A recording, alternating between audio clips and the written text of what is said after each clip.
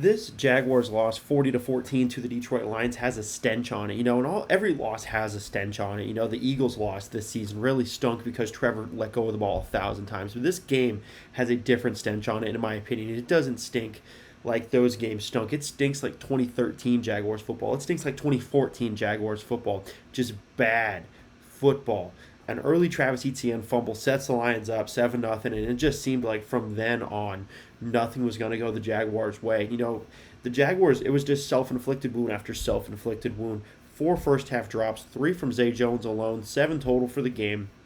The ETN fumble, and the defense that was just no match for what seemed like an unrelenting Lions offense, who didn't even use the punter the entire game. That's just a mind-blowing stat for me. We'll talk about that here in a little bit. Well, I want to say let's hand out some awards, but is there awards to hand out? There was no real shining star through this game. Trevor Lawrence had a good game, considering the fact 7 of his passes got dropped. But I want to start with an honorable mention, Christian Kirk. He was really the only offensive target for this Jaguars team that was consistent. We don't know if we're going to have a big Evan Ingram game or not every week. We know we're going to get 8 targets to Christian Kirk. And that was just another thing that we have to deal with now. Yes, he hauled in 6 of his 8. Yes, he had his third 100-yard game on the season. But still, it was just, he's the honorable mention because really a 6 for 104 yards is what you get when you have an offense that's just, I feel like, is anemic and just sick and doesn't look good. But my offensive player of the game is going to go back-to-back this week to Trevor Lawrence. He won it last week for the Ravens comeback, and he's going to get it again this week because he played ultimately well, in my opinion.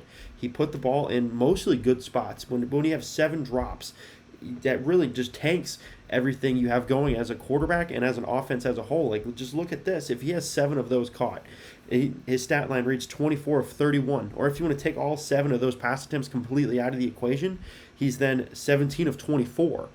Yes, the 179 yards is an abysmal yardage total, but still, add on 5 yards to each one of those 7 drops, and that's probably undershooting it. And you talking about a very good day for Trevor Lawrence through the air, but ultimately his offensive counterparts just failed him.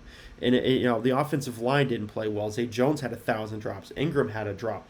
There was weird play calling. There was weird scheming. It seemed like a couple times they didn't know what play was going on. It just reeked of bad football.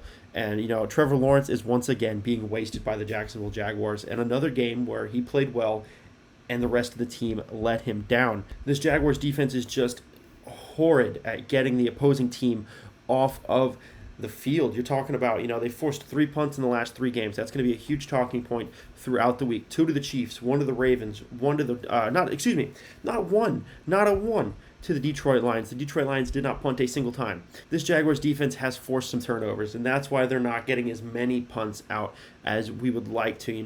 1 interception against the Chiefs from Andre Cisco, 2 fumbles against the Ravens, and then absolutely nothing from the Detroit Lions. So that brings the grand total of forced change of possessions to 6 in the last 3 games. So we're averaging 2 forced change of possessions for this Jaguars defense to give it back to Trevor Lawrence. That's 2 per game. That's just horrid. And you're looking at an offense that is trying. They're, for the most part, putting up good points. This was the first real game where the Jaguars offense has just looked ill for the majority of the game. And they're hovering around 4 forced change of possessions from their opposing defenses onto them. And that doesn't also include the ETN fumble. So when you're talking about stuff like that, it's just horrid to try to win games when you have that staring you in the face, when the defense cannot get off the field.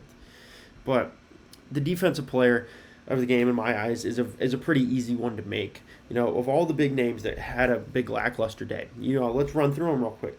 Tyson Campbell allowed the Amon-Ra St. Brown touchdown. All of the pass rushers didn't get a sniff of Jared Goff's jersey.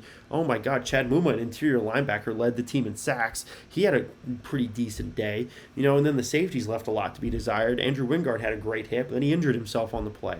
And it just felt like at times the guy that I'm giving the Defensive Player of the Week award to, he was the only one that could make a stop. This is a guy that has 33 tackles in the last 2 weeks. This guy, the closest guy to him was Chad Muma, and he only has 2 starts in his career, and he's 13 behind him. That would be a reasonable amount of tackles for one game. And this guy is running laps around the defense when it comes to making tackles. Foye Oluokun is once again my defensive player of the week. He was Mr. Do-It-All, and he's showing that, the 2021 year where he led the league in sacks, he became the 7th all-time in single-season tackles in NFL history. That wasn't a fluke, and he's contending for that top spot again. He's only 6 down with 5 to go, chasing down Rashaan Evans. These two guys are, I hate to just keep giving it to the same people, but when there's very little going on outside of these guys that are your bona fide playmakers, it's hard to, I feel like a broken record is giving them to the same people after same people after same people. I mean, come back next week. Maybe it won't be Trevor Lawrence and Foye Oluokun for my defensive and offensive player of the week.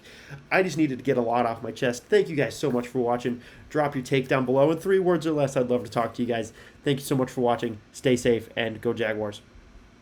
How about them Jags? Come on, Joe! Ah! Thank you, baby! Thank you! You making blood come from my damn mouth!